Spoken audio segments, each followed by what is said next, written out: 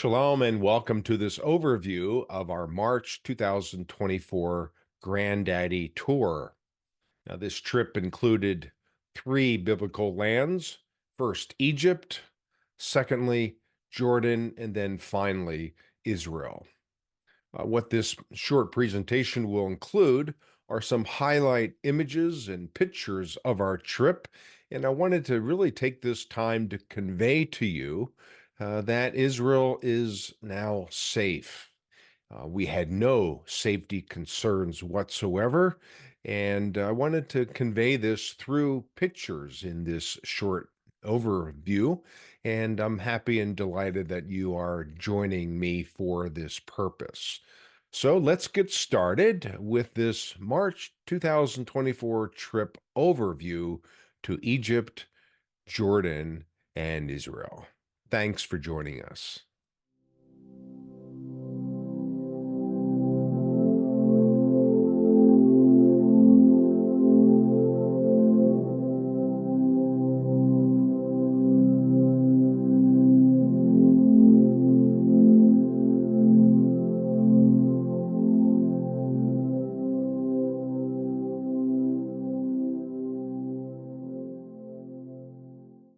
Thanks for hanging out here in this video as I share an overview of the March 2024 trip. My purpose is to simply share some highlight images and maybe some tour experiences of our trip together. We had 31 in the group. That includes me as well. And of course, a lot of these people were asking questions similar to the ones that I want to actually answer in terms of, was it safe to travel to Egypt, Jordan, and Israel? And certainly the answer is yes, it was. Second question, did we feel scared at all? No, we did not. In fact, this was not surprising to me, although I'm sure a lot of family and friends of some of our tour members, our travel members, probably had questions about whether it was safe and whether people would be intimidated by the circumstance. But no, quite normal indeed.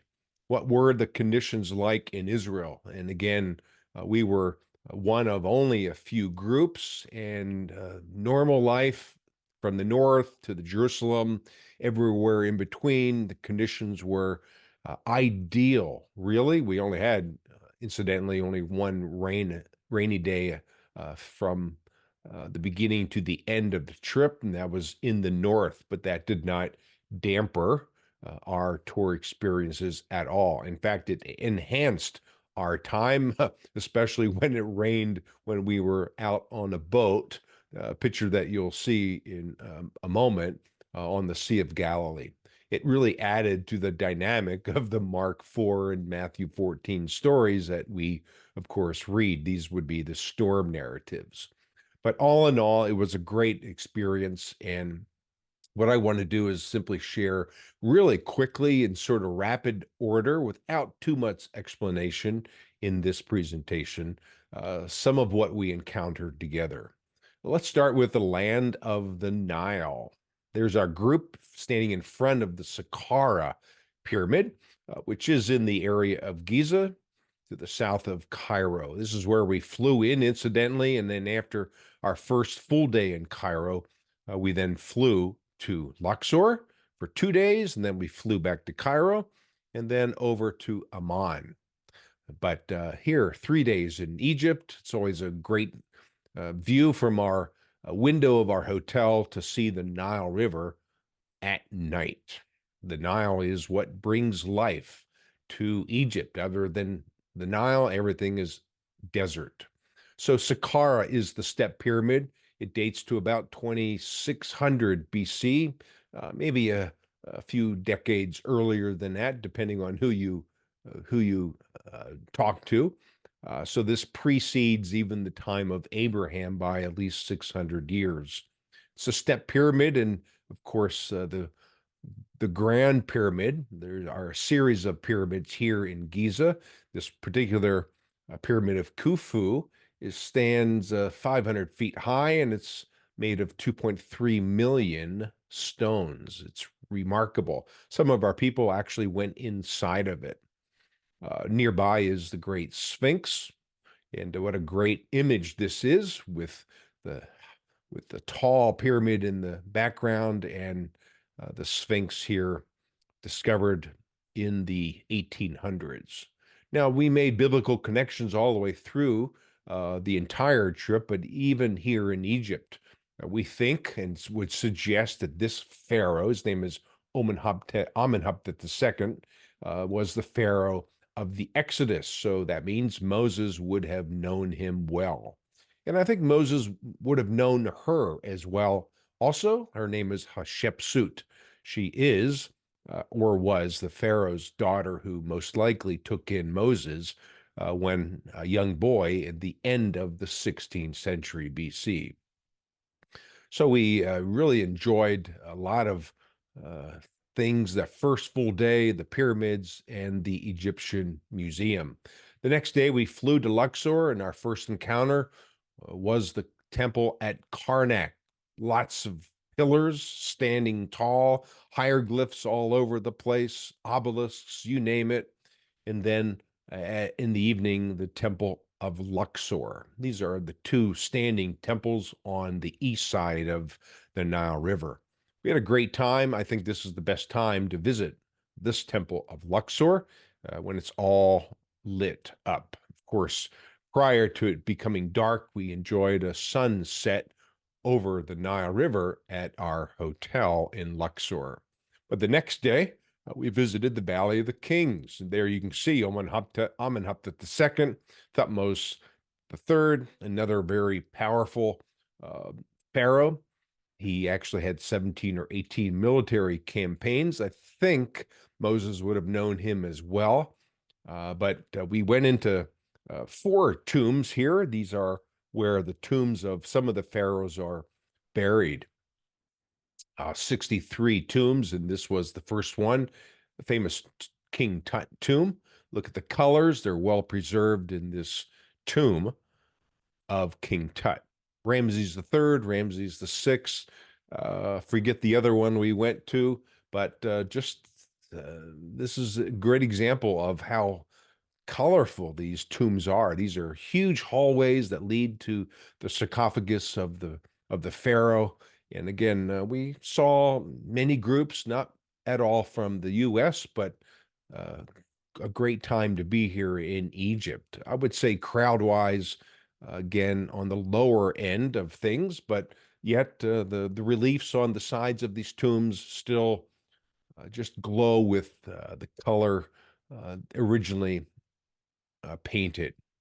So here is the Queen Hatshepsut temple, again on the west side of the Nile River. She was most likely the Pharaoh's daughter who took in Moses. Look how well preserved this temple is, although some of it has been, of course, reconstructed. And yet another temple called Medinet Habu records another guy named Ramses III, who indicates on this pylon in the relief the capturing the defeat of the Sea Peoples. You can see them pictured here, and perhaps this was the Philistines, as we know it from the biblical record, although there were several groups of sea peoples technically. But it's a great experience to go here and see some of the connections with the Philistines as mentioned in the Bible. This is when Ramses III defeated the Sea Peoples in the beginning, again, of the 12th century. A felucca ride is always fun as we cross from the west side back to the east side of the Nile. Then we flew to Amman, Jordan, and we had a great time in this land of the Red Rose City. Of course, this is a group picture from Petra. We'll come to Petra in a couple of slides from now. But let's start with the area of the Jordan River. Now, our first encounter here in Jordan was to travel from Amman, straight down to this area mentioned in John 1, Bethany beyond the Jordan. We're actually looking over to the Israeli side. According to John 1, this is where Jesus is set apart through baptism. And then to Mount Nebo we go. In fact, the visibility wasn't too bad. We're looking over into Israel and the area of Jericho as we look across the plains of Moab. We also visited a site. I always like to visit the site, although many groups don't go here. It's one of the palace fortresses of Herod the Great. It's called Machaerus, according to Josephus. This is where the head of John the Baptist was presented to Herod Antipas and his wife, perhaps in this area, suggested by this Austrian archaeologist as being the throne room where the king sat. So perhaps this is where the head was presented, according to Josephus. But the view looking westward across the Dead Sea, in fact, can't quite see it in this picture, but about in this area is where Jerusalem is. In fact, on a clear day, you can see some of the high rises of Jerusalem. So from Machaerus, then we went and drove to Petra. We overnighted there after a great dinner. And then early the next morning, I'll tell you, we had the whole site of Petra to ourselves as well.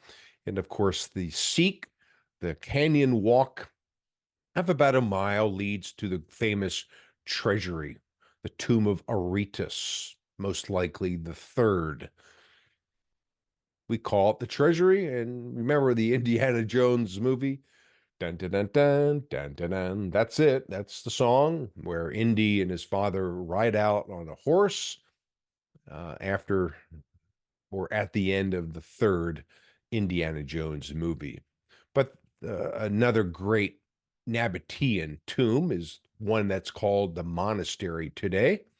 And from above, looking back to the monastery, our group enjoyed an extra hike, an optional hike to this western side. In fact, even a few joined me for a hike up the back trail to the high place. And then we drove 2 hours and visited Wadi Rum.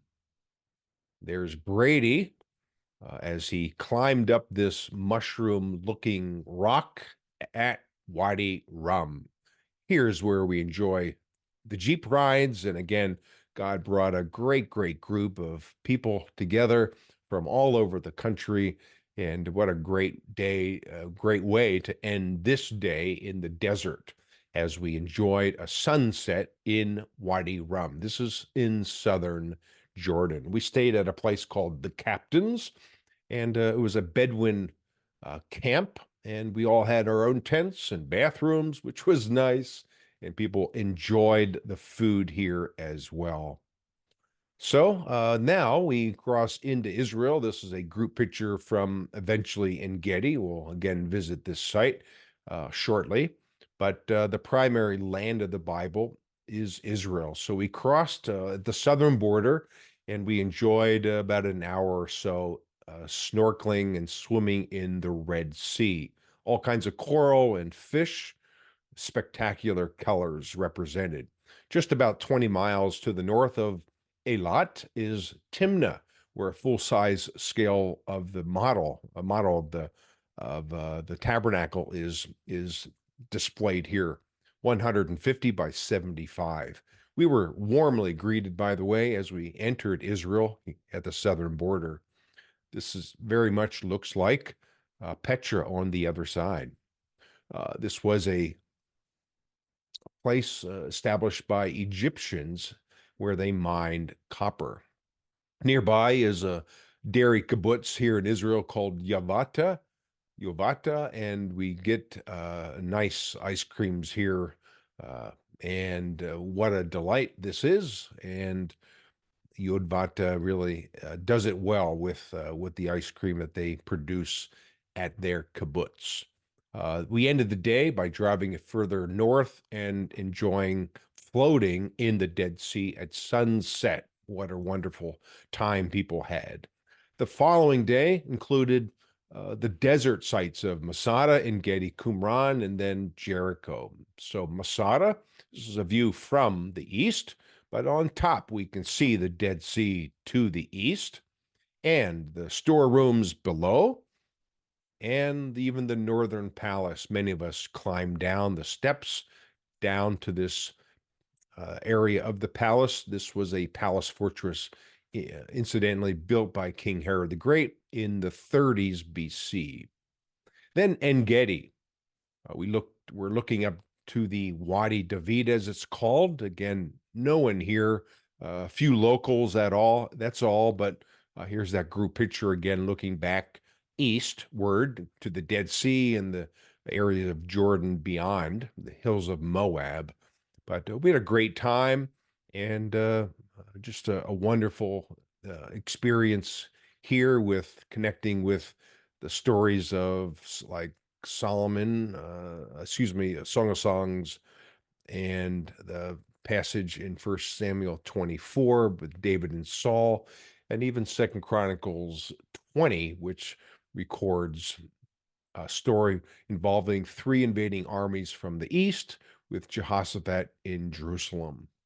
That all happened here at En Gedi. But to the north is the site of Qumran.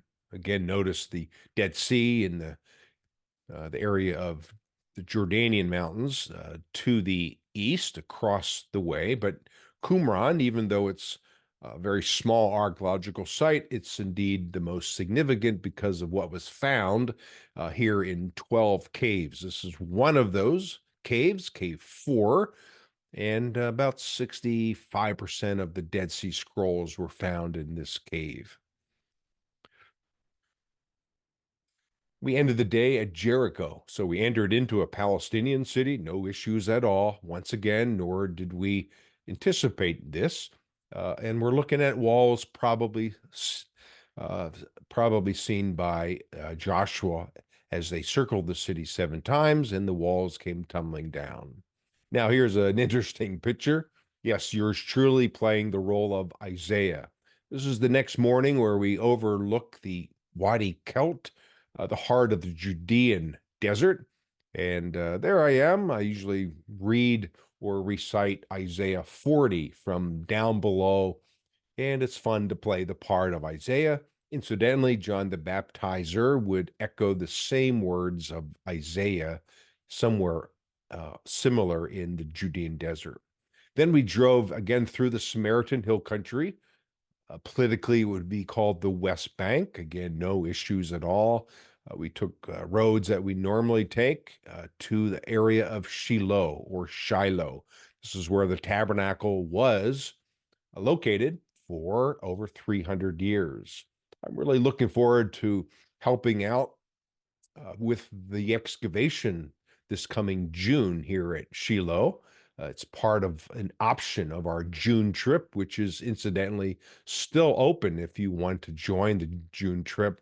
And the week-long dig precedes the tour, and we'll be digging here where the tabernacle once stood.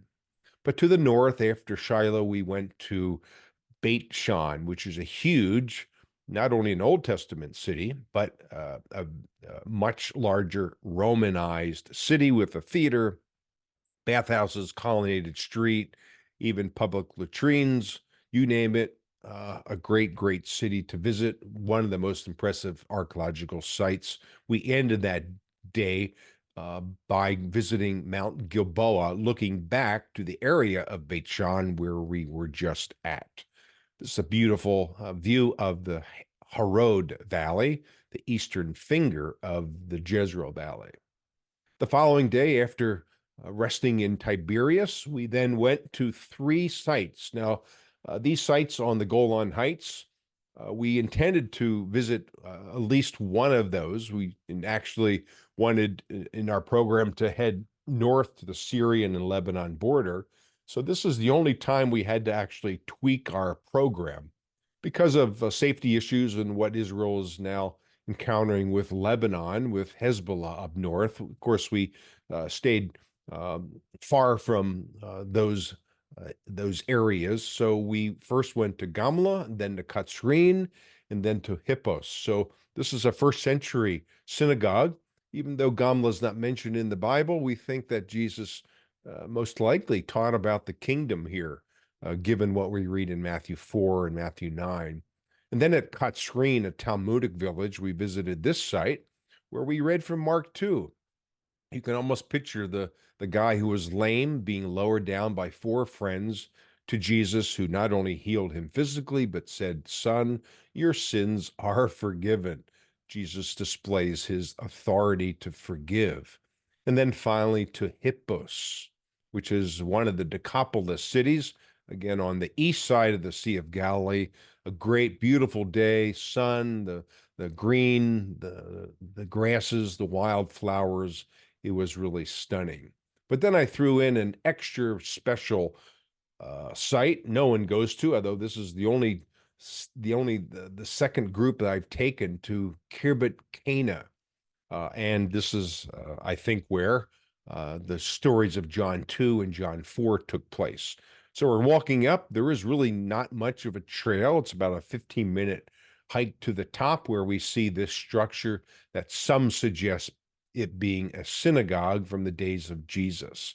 The Beit Netofa Valley in the background. So we took a dirt road to get here, and even narrow roads through some Arab villages. Again, no issues, and people really, really loved this experience of going off the beaten track to a site that no one visits at all. That's biblical Cana. We then went back to Tiberias, and the next day we enjoyed a baptism in the Jordan River. We went to the Kinneret Cemetery where we remembered the poems of Rachel, a Ukrainian Jew, one of the early Jewish pioneers who was buried here, and then to Magdala, a first century synagogue also was discovered here recently. And we think that Jesus also must have taught here at Magdala. You can see how modest this synagogue actually is. And then to Capernaum in the afternoon, we were, again, guess what? The only group here. And as we took this group picture in the late 4th or early 5th century synagogue, we did find an opening in the weather, if you will. It did rain off and on this day, but we went up to the top of Arbel. Now, typically we hike up, at least we give the option to hike up, and of course, it was wet and too muddy to do that, but at least we got a great view of Magdala below us, the plains of Gennesaret. Here's Capernaum, Bethsaida, Chorazin, Mount of Beatitudes, at least the traditional one, but a great view for the time we were on top. Could it be that this was the mountain where Jesus shared the Great Commission as well from Matthew 28, when he told his disciples to go and meet him on a high mountain in the Galilee? Now, it did rain buckets when we were on the boat. In fact, you can see the rain. In fact, the rain was blowing in these openings, and we sort of huddled together. Then we read from Mark 4, and after one of these storm narratives that we read, it got completely calm and it stopped raining. Perfect timing. And then it started to rain again. And then I read the second story, the storm narrative from Matthew 14. This is when Jesus comes walking on the water to the disciples. And guess what happened after I read the passage? Again, it stopped raining. So God was displaying his greatness and goodness to us. We really enjoyed this boat ride on the Sea of Galilee. So then that's how we ended that one day. And then the following day, to Jerusalem we go. On the way, we stopped at the precipice of Nazareth, and we took a look at the Jezreel Valley. Nice glimmer of sun here, just on this side of the hill of Moreh that's connected to the Gideon story. Megiddo is a great archaeological site. It was established as a administrative center by King Solomon, but Mount Carmel gave us a great view again of another part of the Jezreel Valley, looking back to the hill of Moreh and even Mount Tabor. Incidentally, the precipice of Nazareth is about right here. So the sun really began to shine about noontime on this day. And by the time we got to Caesarea, it was really a fantastic day. This is a reconstructed theater. That night, when we arrived in Jerusalem, typically, as we always do on every trip that I lead, we walk to the Western Wall. And this is through Jerusalem. Even during Ramadan, Arabs were streaming out of the Temple Mount area after their evening prayer time. And again, no issues of safety. It was quite normal. And the activity at the Western Wall, again, with Orthodox Jews here, it was a good time to see the wall at night. The following day, our first full day in Jerusalem, we visited Yad Vashem. This is the children's memorial. And then we honored, as we typically hear the story from my guide, Shlomo. We've been together for over 50 times, and he shares his story about losing 12 of his family members at Vilna, Poland during World War II. During the time of visiting the museum at Yad Vashem, I did go over to Mount Herzl, in a very moving experience for me. I visited the new graves of fallen soldiers in Gaza. These are Israeli soldiers who are from Jerusalem. In fact, these two or three are soldiers who just fell the day before, and or maybe 2 days before, and here they're preparing their bodies for final burial. Very, very moving to me, and to hear the stories of how these guys talked about their commander, 35 years old, who was killed also in a booby trap trying to save two of his own soldiers in his Golani Brigade command. So very, very touching time for me as we really honor the lives of these fallen soldiers and remember Israel's right and need to protect their country. So may God bless the memory of these fallen soldiers and bring comfort to their families as well. We then visited Israel's museum. It's called the Israel Museum, and where we visit a 1:50 scale model of Jerusalem, what it looked like prior to its destruction in 70 AD. We also saw some highlights from the archaeological wing of the museum. That afternoon, we went to the Mount of Olives and saw the old city, complete with the Eastern Wall, the Eastern Gate, the Temple Mount, where the first and second temples once stood.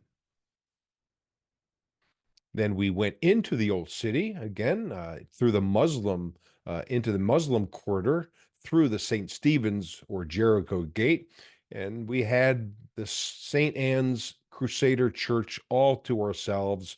We sang about 6 songs here. The echo is about 7 or 8 seconds long. We really sounded like a fantastic choir. We walked from there to the Holy Sepulchre Church where, yep, you guessed it, no one was here. And we walked right into this edicule, the traditional location of the tomb of Jesus. There it is, the inside of this edicule. Then our final full day, we went to the City of David, only group there, literally. I've never experienced this before.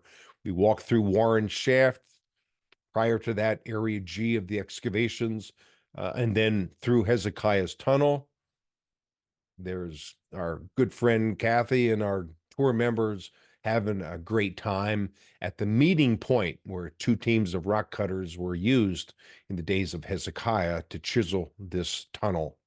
The pool of Siloam, actually, and more of it is being uncovered. And this was great to see the continuation of the new excavation here. We then walked up the drainage channel through to the southwest corner of the temple, where we see Herodian pavement and still Herodian stone, still intact from the days of Jesus. Then we walked up the original temple steps on the south end of the temple, and we recalled everyone who used these steps, including Jesus and his disciples.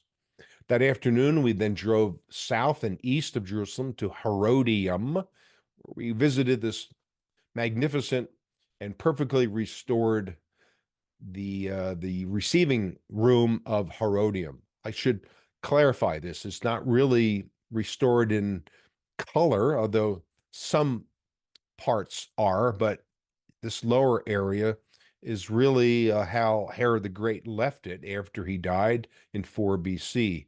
So this is a remarkable room to visit, where we actually, through archaeology, can appreciate how these frescoes looked on the walls of this room.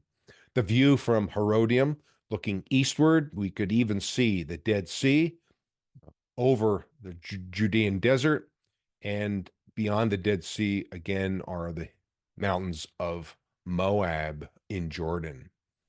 The final day before we uh, drove to the airport and flew home, we visited the Garden Tomb. Now, archaeologically, this may not be the location, but we worship the person and not the place. And Mark chapter 16 really summarizes it well. Do not be afraid. You come seeking for Jesus of Nazareth, who was crucified, but he is not here, for he is risen. So this brings us to an end of this trip, sharing some highlight photos and pictures from what was really a fantastic tour. So what else can I say in conclusion? You saw the pictures, you heard our tour experiences. Everything went well. There were no safety issues at all. In fact, it was an ideal time to travel to all of these 3 countries. We'd love to have you on a future trip if you feel led by God and as He provides for you. All of our trips are posted on our website, biblicalisraeltours.com. And once you go to our homepage, look for the tab on top for upcoming tours. And there you'll see all of our trips listed, not only for the rest of 2024, but also all of our trips scheduled for 2025 and our planned scheduled trips for 2026 if you are looking that far ahead. We'd love to have you along. It's a great way to not only understand the Bible in context, but it's a great discipleship encounter of deepening your walk faith with Christ. So come join us for any of these trips. If you want to contact me directly with any questions or concerns that you may have, simply email me at drjohn@biblicalisraeltours.com, or even call my cell phone, which is 412-999-5697. We'd love to have you along. And again, thanks so much for watching this overview of our March 2024 trip. Until next time, shalom.